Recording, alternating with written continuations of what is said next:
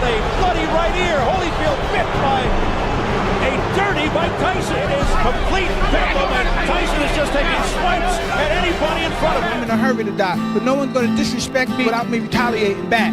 He's been described as a walking time bomb. Mike smells the blood. He senses. Imagine a child with a high-pitched voice and a lisp growing up in one of Brooklyn's toughest neighborhoods. His father disappears, his mother struggles, and the streets are full of crime. This boy fights over a pigeon and ends up arrested dozens of times by the age of 13. Who could imagine that the same boy would one day be called the baddest man on the planet, become the youngest heavyweight champion in history, and later see his life unravel through scandal and prison? This is the journey of Mike Tyson, a story of raw power, fame, violence, and redemption. Crying in there, making woman gestures like, I can't find it, but I knew that he was breaking down soon. You're saying that Biggs was crying when you hit him? Yes. Michael Gerard Tyson was born on June 30th, 1966, at Cumberland Hospital in Brooklyn, New York. He was the third child of Lorna Mae Smith and Jimmy Kirkpatrick, a street hustler from North Carolina, whom Tyson considered his father. His birth certificate lists a different man, Purcell Tyson, but Kirkpatrick lived with the family before leaving when Mike was just a toddler. Tyson had an older brother, Rodney, and a sister, Denise, who later died at 24.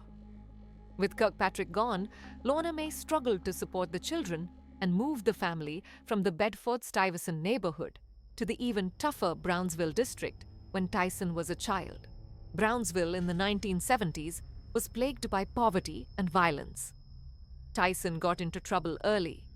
He fought constantly, sometimes over pigeons he kept as pets, and committed petty crimes such as theft and pickpocketing. Because of his squeaky voice and lisp, bullies teased him, prompting him to use his fists. By age 13, he had been arrested 38 times.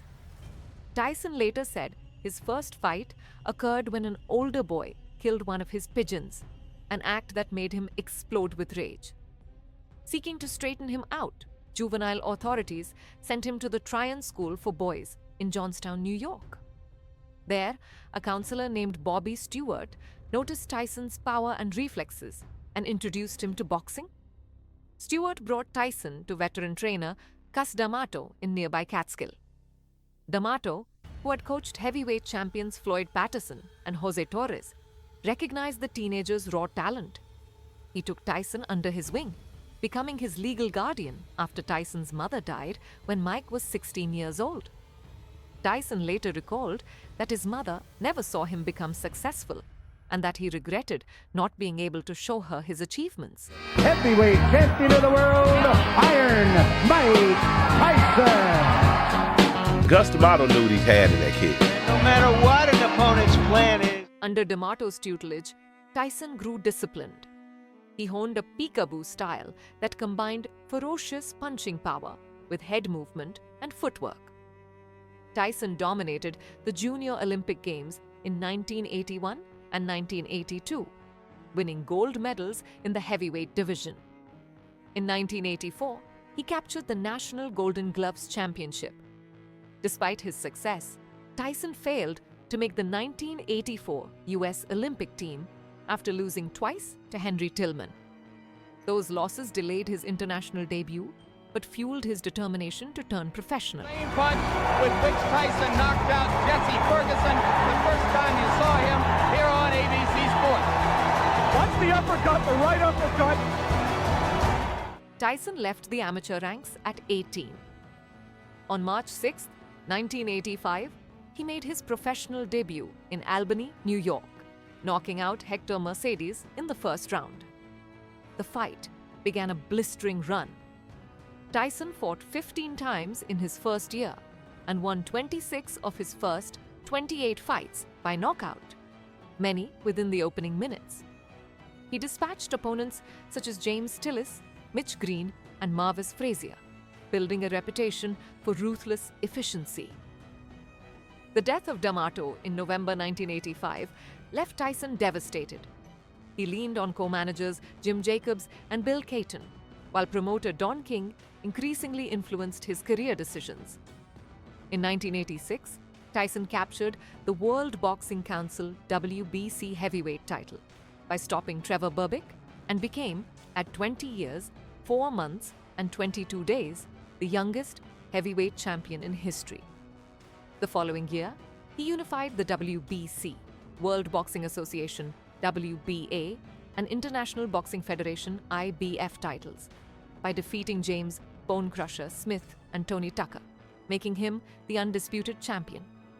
He was known for wearing plain black trunks, black shoes, and a white towel instead of a robe, a minimalist image that added to his aura of menace. He defended his titles with knockouts over Tyrell Biggs, Larry Holmes, and Michael Spinks, the last of whom Tyson defeated in just 91 seconds. By 1988, pundits hailed him as one of the most feared fighters ever, and he earned the nickname Iron Mike. And then once again, I let everything go away, and I believed I was God. I believed I was great. I didn't believe I had to train for them. I thought everybody was afraid of me. Tyson's meteoric rise brought wealth and celebrity. He married actress Robin Givens in 1988, but their relationship was volatile and quickly deteriorated. During a televised interview, Givens described life with Tyson as torture, and the marriage ended in divorce the following year. Tyson's circle changed as Don King gained control over his business affairs and friendships, while longtime manager Bill Caton was pushed aside. Tyson fired trainer Kevin Rooney, losing a key connection to D'Amato's discipline methods. The cracks began to show in the ring. In February 1990, Tyson faced James Buster Douglas in Tokyo. Underestimating the 42-1 underdog, Tyson was knocked out in the 10th round, a shocking upset that cost him the undisputed title. He rebounded with wins, but personal turmoil mounted. In July 1991, he was arrested for raping Desiree Washington, an 18-year-old contestant in the Miss Black America pageant at an Indianapolis hotel. After a trial in early 1992, a jury convicted Tyson of rape and 2 counts of criminal deviant conduct. He was sentenced to 6 years in prison with 4 years of probation. Medical testimony at trial stated that Washington's injuries were consistent with rape, and although Tyson insisted the sex was consensual, his appeals failed. He entered the Indiana Youth Center, now Plainfield Correctional Facility, in March 1992 and served almost 3 years before being released in 1995. During his incarceration, Tyson read widely, converted to Islam, and obtained tattoos of activists Che Guevara, Mao Zedong, and tennis star Arthur Ashe. Mike Tyson, flush on the face of Frank Rollins, a combination uppercut by Tyson. Tyson, laid it on, putting it on. Mike Tyson is champion again. Mike Tyson. Upon his release, Tyson returned to boxing with a vengeance. He regained the WBC and WBA titles in 1996 by defeating Frank Bruno and Bruce Seldon, setting up a long-anticipated showdown with former champion Evander Holyfield. Holyfield had recently returned from retirement and was considered an underdog. In November 1996, Holyfield surprised the boxing world by using savvy tactics and short hooks to stop Tyson in the 11th round. The rematch on June 28, 1997, at the MGM Grand Garden Arena in Las Vegas became infamous. Known later as the Bite Fight, it started competitively but turned bizarre. Late in the 3rd round, after complaining of headbutts, Tyson leaned over Holyfield's shoulder and bit off a 1-inch piece of cartilage from Holyfield's right ear. He then spat the flesh onto the canvas. Referee Mills Lane paused the bout, deducted 2 points, and allowed it to continue. Moments later, Tyson bit Holyfield's other ear, leaving a scar. Lane finally stopped the fight and disqualified Tyson in the 3rd round, awarding Holyfield the victory. The bizarre violence outraged fans and led to riotous scenes around the ring. I could tell by the middle of the 2nd round, there's no chance. Boy, I tell you this, Mike is pumping by the left side, leading with the right, gets him, and down he goes. Tyson's actions had immediate consequences. Within days, the Nevada State Athletic Commission suspended him and froze his $30 million purse. In a public apology, Tyson admitted he had snapped and begged forgiveness. He said Holyfield's headbutts triggered his reaction. In July 1997, the commission revoked his boxing license and fined him $3 million plus legal fees, the maximum allowed under state law. The ban prevented Tyson from fighting anywhere in the United States because other states agreed to honor Nevada's ruling. Tyson was reinstated in October 1998 after a 4-1 commission vote. He returned to the ring, but was never the same force. He knocked out Francois Botha and Julius Francis, but his aura of invincibility had faded. In 2002, he challenged Lennox Lewis for the heavyweight title and was dominated, losing by 8th round knockout. 2 more fights ended in defeat. Mounting financial troubles and mismanagement led Tyson to declare bankruptcy in 2003, despite having earned hundreds of millions of dollars. After losing to Kevin McBride in 2005, Tyson announced his retirement, admitting his heart was no longer in boxing. I was going to rip his heart out. I'm the best ever. I'm the most brutal and most vicious and most ruthless champion there's ever been. Beyond the ring, Tyson's life was tumultuous. He married 3 times. His first marriage to Robin Givens lasted from 1988 to 1989 and had no children. In 1997, he wed Monica Turner, a pediatric resident. They had 2 children, Amir and Reina, before divorcing in 2003.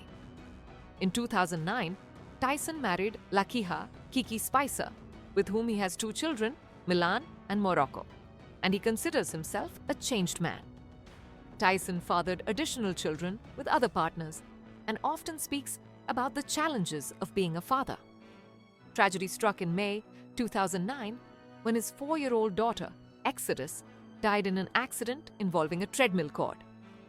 Tyson married Spicer 11 days later, saying he needed companionship to cope. Tyson's financial and emotional struggles were severe. He battled substance abuse and admitted to excessive spending. In interviews, he described himself as a wild boy who squandered his fortune. His 2005 admission that his life had been a waste illustrated his profound regret. Of the legendary Iron Mike. An uppercut by Tyson. Tyson laying it on, pouring it on. Down goes Bruno into the ropes. After retiring, Tyson reinvented himself. He embarked on a one-man stage show, Mike Tyson, Undisputed Truth, telling his story with humor and candor. He published 2 memoirs, Undisputed Truth in 2013 and Iron Ambition in 2017. He appeared in films and television shows, including a cameo in the comedy The Hangover and the animated series Mike Tyson Mysteries. In 2012, he founded the Mike Tyson Cares Foundation to support children from broken homes and to honor his late mother. 2 years later, he partnered with promotional company Aquinity Sports to create Iron Mike Productions, promoting young boxers. An animal lover since childhood, Tyson still raises pigeons. He embraced sobriety and a vegan diet for several years, and even took up acting in wrestling promotions such as All Elite Wrestling, AEW, in 2020. In 2022, he made a cameo in the Indian film Liger. He has also become an advocate for medicinal cannabis. He and Evander Holyfield teamed up to sell ear-shaped edibles called Holy Ears as a tongue-in-cheek nod to their 1997 fight. And so when I went to the institution, I realized I'm in this form. All my friends are here. Everybody that saw me on the streets, pickpocketing other guys from different boroughs. Mike Tyson's legacy is a study in contrasts. In the ring, he combined explosive power, agility, and intimidation like few before him. The Ring magazine ranked him among the greatest punchers in boxing history, and ESPN and Sky Sports described him as one of the hardest hitters and most ferocious fighters. He became the first heavyweight to unify the WBC, WBA, and IBF titles, and remains the youngest man to win a heavyweight championship. His knockout of Michael Spinks in 91 seconds still stands as one of boxing's most spectacular moments. Tyson's peekaboo style, honed by D'Amato, influenced future champions such as Floyd Mayweather Sr. and Mike Tyson's namesake, Tyson Fury. Yet Tyson's story is also marked by violence outside the ring and self-destruction. His 1992 rape conviction branded him a sex offender. He continues to insist on his innocence, but the conviction remains part of his record.